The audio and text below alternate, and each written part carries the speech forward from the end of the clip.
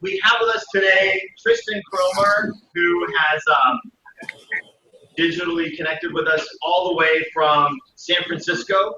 Tristan, in the lifespan of the lean startup movement, Tristan's been there almost the whole time, figuring out how to make lean startup actually perform for both startups and large companies. So he runs also the Lean Startup Circle, which is the worldwide community organization with 80,000 people, or it's got quite a lot of people, doesn't it? It does have quite a few, so many that we can't actually count them. But I think to say that I run it would be a little bit of an overstatement, as I generally assume responsibility as people catastrophically run into one another. Yeah. Well, you know, that's what management's really like. Yeah. So I think it's okay, perhaps, to say that. Maybe not. Tristan bears a large amount of responsibility for making the Lean Startup Circle what it is today, and also does consulting and advisory work with startups and enterprises, principally around the use of Lean Startup in the real world. So we brought Tristan in to give us kind of a real world perspective on what it's actually like to use Lean Startup and what's hard about it. So thanks, Tristan, for joining us. Cool, my pleasure. Nice to see you again, Alex. Nice to see you. So from a practical perspective, you're explaining to a new client Lean Startup. How would you describe it to them?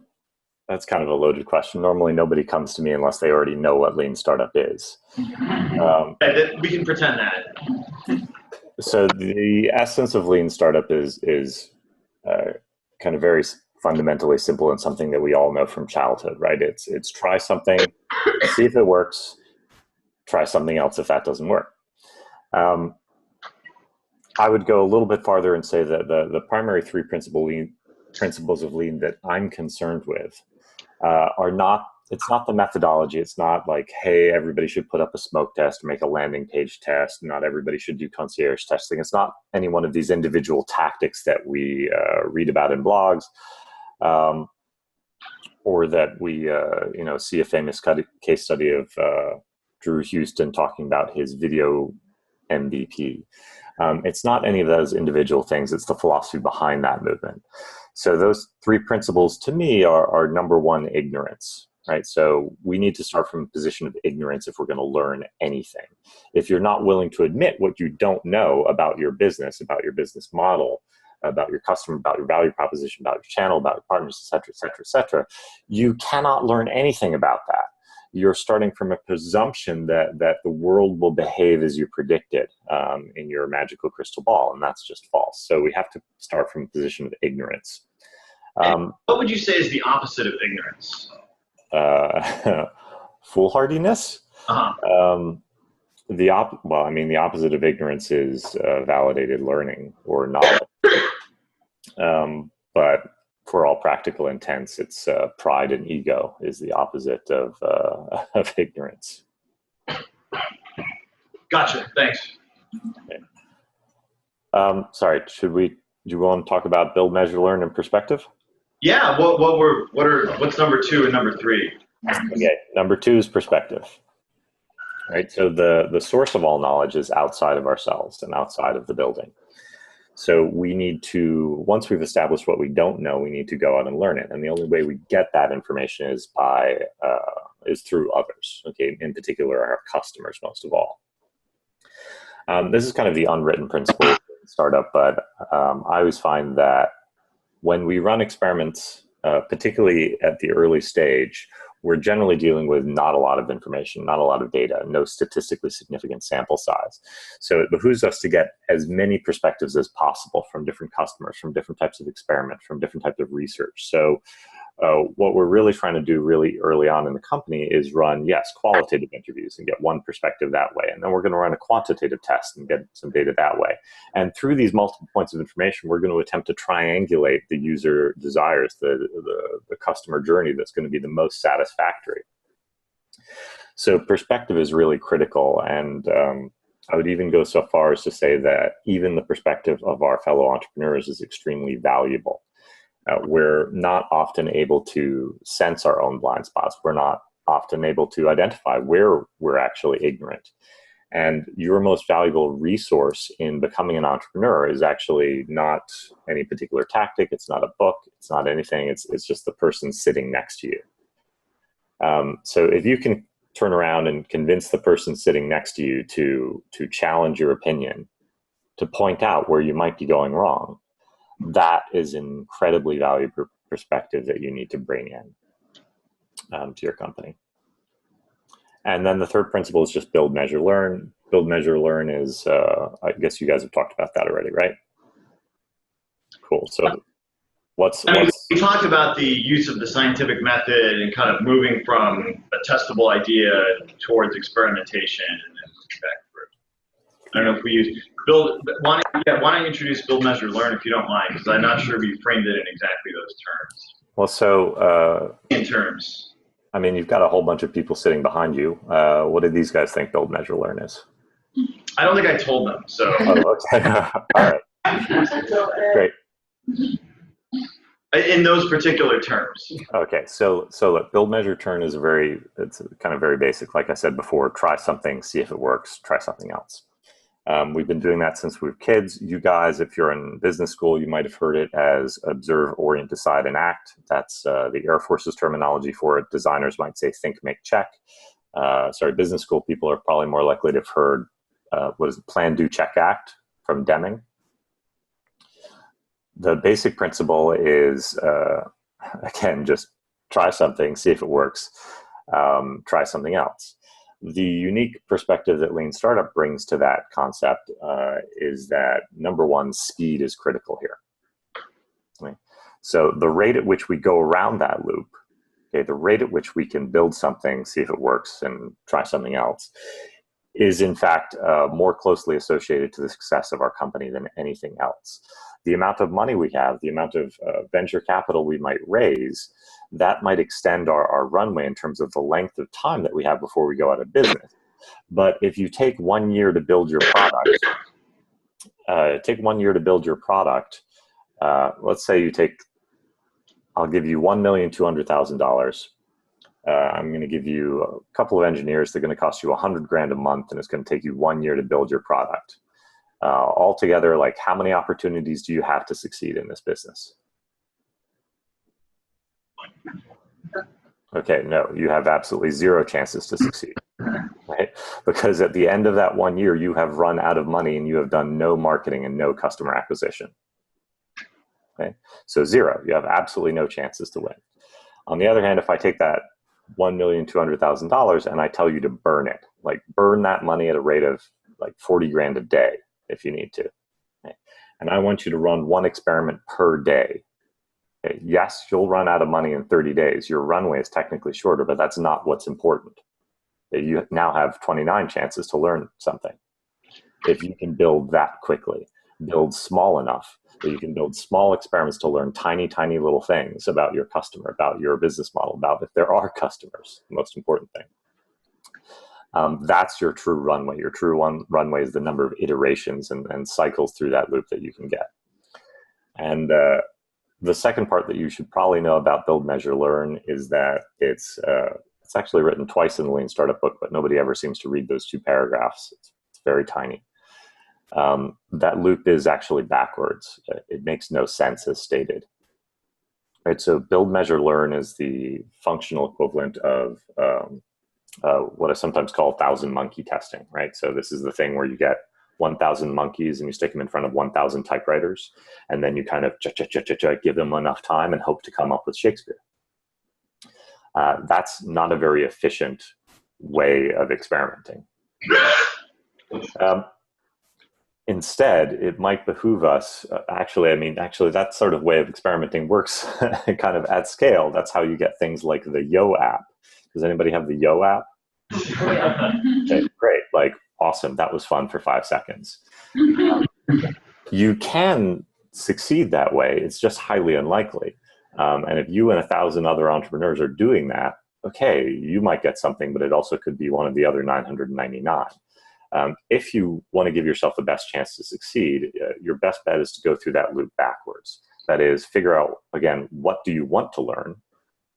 Again, starting from where are you ignorant? Okay, and then figure out, well, what could I measure? What information would actually help me learn that thing? Is it qualitative data? Is it quantitative data? How much data? What should we measure? What is the metric that is going to help us learn? And then once we have identified that, then we can go about and build an experiment that will deliver that data. If you just do build, measure, learn, build, measure, learn, build, measure, learn, you're essentially just doing spaghetti testing and throwing stuff at the wall and see what sticks. Like you might succeed, and if you go fast enough, you're giving yourself more chances to succeed. But ultimately, it's very undirected learning. So it's, I guess you guys are in college, so it's kind of like opening up the course book and picking things randomly and trying to get a degree. Got it.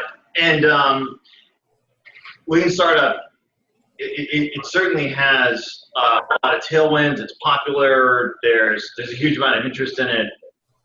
What do you attribute that to? I mean, while we didn't cover the build, measure, learn, moniker, we've been looking at this iterative scientific approach to doing things, and sure, everybody's bought into it in principle. Why now, and what do you attribute, other than the quality of the Lean Startup material, which is we're all big believers in?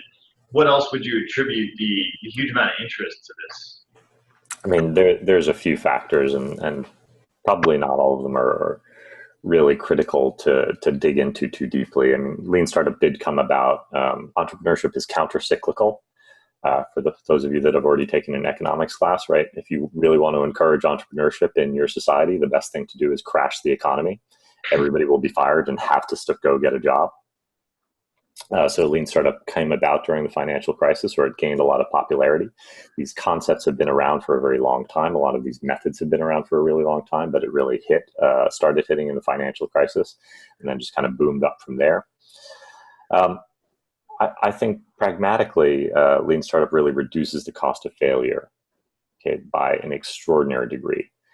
The ability to test a business idea not by pouring millions of dollars into a prototype, but simply throwing up a landing page for $10 from a domain name and a little bit of elbow grease over the weekend, like that's an amazing thing.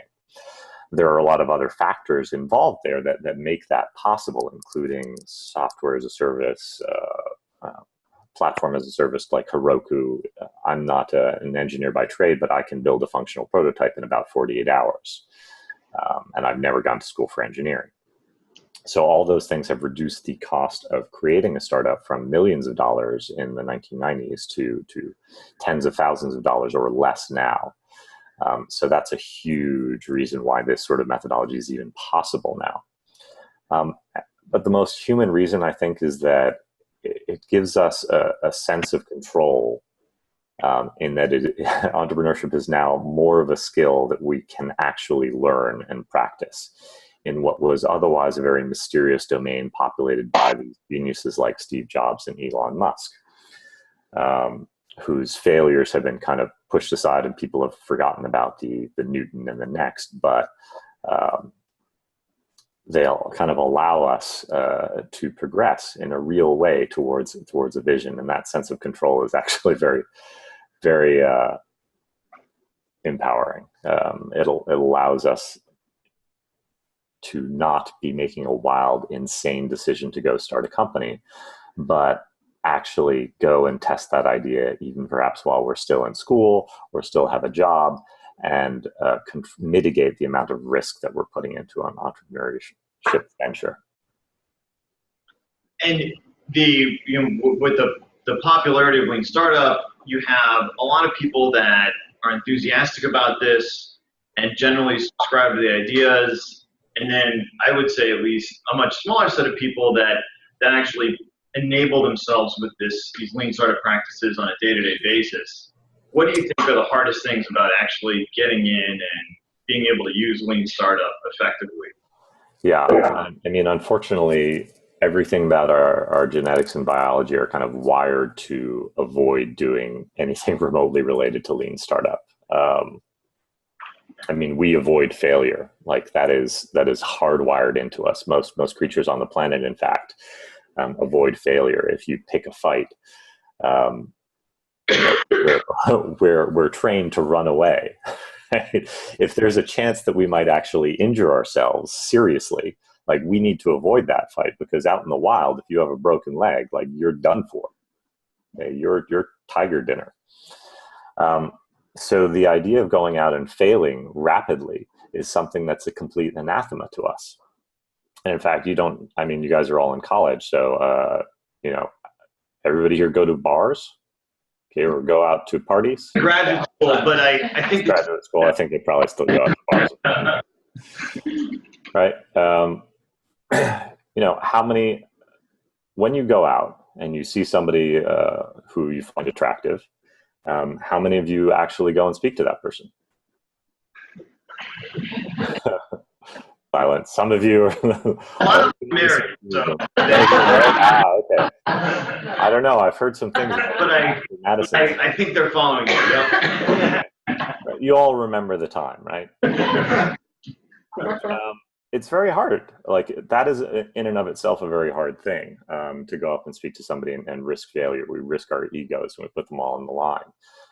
But now we're asking people to do that not just once, but again and again and again, and to go out 5 times a night, 10 times a night, 20 times a night, and get rejected every single time. And that is kind of brutal and horrible. Like, I'm an introvert. I don't like to go to bars ever. It's miraculous that I'm in a relationship. But like that is the sort of pressure that you're putting yourself through when if you think about it, look, 50% of the tests that you design are going to fail, at least 50%. Because if all of your tests are succeeding, basically it just means you're not trying anything risky. Like you're not really doing lean startup. At least half of them should be failing on a regular basis.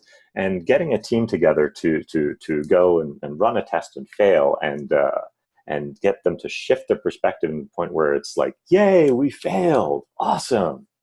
Like that is an incredibly hard thing that goes against everything we know, and the list of cognitive biases that are stacked against you, from from confirmation bias to selection bias, it's all bad. So it's extremely difficult to do this, and you need to have a very, very strong team and be incredibly dedicated to the concept of learning. So learning in and of itself, you have to be dedicated to the journey of entrepreneurship rather than the goal. Because honestly, the goal, 9 out of 10 times, you're not going to get there. So you've got to enjoy the journey, and you got to celebrate that failure. You got to celebrate going out and learning something and trying it, and like, hey, it didn't work, but next time we'll nail it. Okay, great. I think it's an excellent note to open up to questions on. So questions for Tristan. Yes, Arnold Tiger. Yeah, so I was just wondering if you could explain like a little bit better about like how to avoid doing the 1,000 monkeys and throwing pasta at the wall. Like what's like a more intelligent manner of doing the experimentation so you're getting more from it. So you're not just going out to the bar every night and striking out with everything. You have some better success and learning more. Well, like I said, what you need to do is identify what you're actually trying to learn. There are a lot of these kind of tools and tricks to figure out what are the riskiest parts of your business model in this case. There's things like the business model canvas or the lean canvas. You have personas, which I think Alex is probably going to teach you about. All of these things are all of these frameworks are essentially questions. Okay, they're asking you things. They're asking you, who is your customer? What is your value proposition? What channels are you going to use to reach them? And by asking those questions, you're essentially identifying assumptions. When you have your list of assumptions, you have a choice with any assumption, right? You can either take it for granted because it's not risky, or you can turn it into a hypothesis and test it.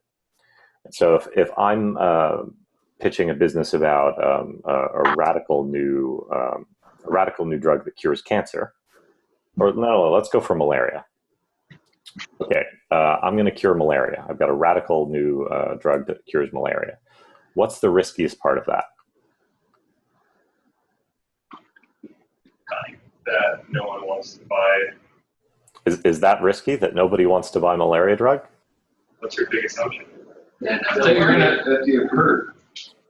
The risk is. Sorry, I can't hear. Can you repeat that? There's a risk that what you test might be harmful. Poisonous. Okay, so yeah, so there's definitely technical risk. I mean, what I ask is very much a trick question because this is a real situation, right? Look, there are people out there, certainly people with malaria want a cure for malaria. That is not something that we have to test. It is, however, there are a number of risky assumptions associated with that, including can they pay? Okay, is the user of the product going to be the customer of the product, or is it going to be an NGO or government organization? Those might be things that are risky. Do they have the funds to pay for that sort of drug development? Other things might be risky. Other things on the business model canvas, for example, like where do people get malaria? I hope you guys know this. You're all in graduate school. I've just learned. What? I believe they get it from mosquitoes. That's sorry. What type of areas? So mosquitoes, great. What type of areas do mosquitoes live in and populate and spread malaria? Florida. Highly possible. Don't think we have too much malaria in Florida, but like it's kind of that type of area, right? Hot, damp regions. Florida is probably not the best example because Florida is relatively accessible. Right? Most of the places where you get malaria are very inaccessible. They're very difficult to get to. In particular, the people who get malaria don't have a lot of infrastructure around them, so you can't get access to them very quickly. So it turns out one of the most difficult challenges about getting a malaria vaccine is actually not creating the vaccine. It's creating a stable infrastructure to transport that vaccine without getting it above a certain temperature. Right? And honestly, there's no way to identify those risks without going out and getting out of the building and visiting those places and realizing, oh, wait, like, how am I going to get this refrigerated thing across miles of desert with no roads? These are the sort of challenges and these are the sort of perspectives that you get from actually going out and exploring these challenges. There was another, there's a famous case study about a baby incubator in Nepal. And it's something that we know how to solve. We know that when babies are born prematurely, we can cure that. It's no problem. You just need to stick them in a very warm little bubble. And they had these backpacks that were meant to serve as temporary incubators until people from remote villages could actually walk down the mountain to the hospital and put their baby in a more formal incubator. One of the big challenges there, since many of you have children, is would you like to put your child in a backpack? Okay. And it's a sealed backpack, so you can't actually see the child. And so their first prototype, actually, nobody wanted to use because nobody wants to put their child in a backpack where you can't see if the child is alive and breathing. And so a simple fix from that they learned just by, again, getting out of the building and interacting with their customers and their users was to make the front of the backpack have a clear window around the chest so that they can see the chest moving and they can see the baby's head. So simple things like that, by listing your assumptions with a variety of tools and then by going out and systematically interacting with the customer can generally show you very, very quickly what is most likely to be risky in your business. Does that answer your question? Yeah. Okay, we have one more question for Tristan. Natalia Arbandos. I just had a question about any recommendations you have for us to try to rewire this the fail aspect that we just talked about, aside from actually doing things, testing things that we're thinking about. Is there anything else that you could recommend to us, whether it's like daily activities or involvement in different spaces to try to feel more comfortable with that? Honestly, I don't think that there's anything better than just going out and doing it repeatedly. One of the things that I did, technically I've been doing entrepreneurship for 20 years, which sounds incredibly frightening, but my first career was in the music industry. So I would get up on stage week after week after week. And like I said before, I'm an introvert. There's nothing I hate worse than getting up on stage. I've gotten accustomed to it after 20 years, but it's extraordinarily painful. But the only way to get over that is just by doing it again and again and again.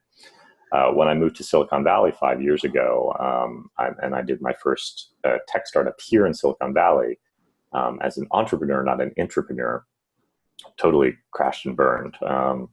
One of the first things I did after that was I set myself a goal of really understanding rapid prototyping and understanding how to reduce that risk.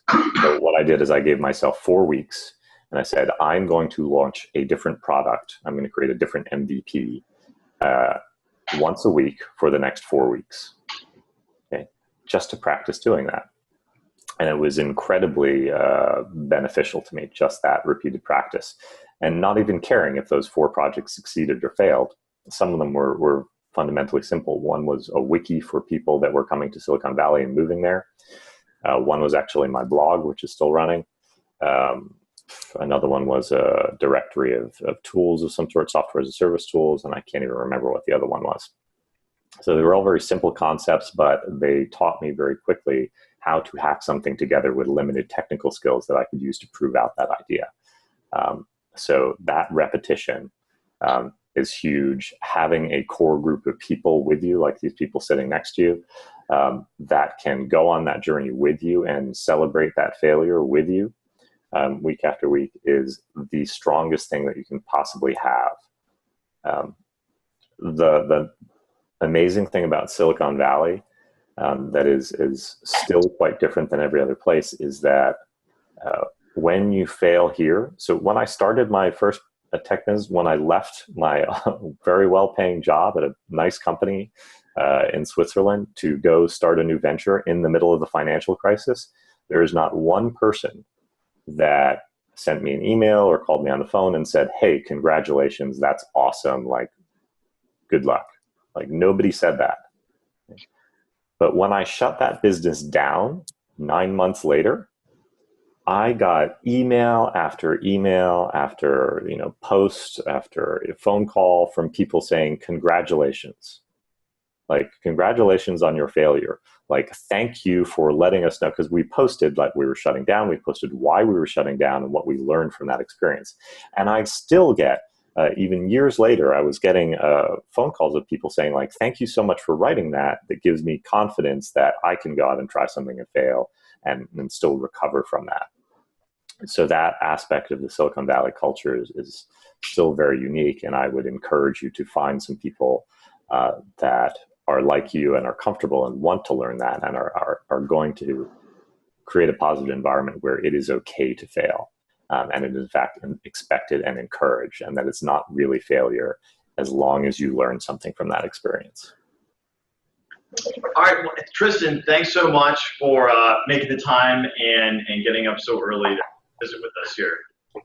My pleasure. Now I'm going to get more tea and wake up more. All right. All right, thanks again, Tristan.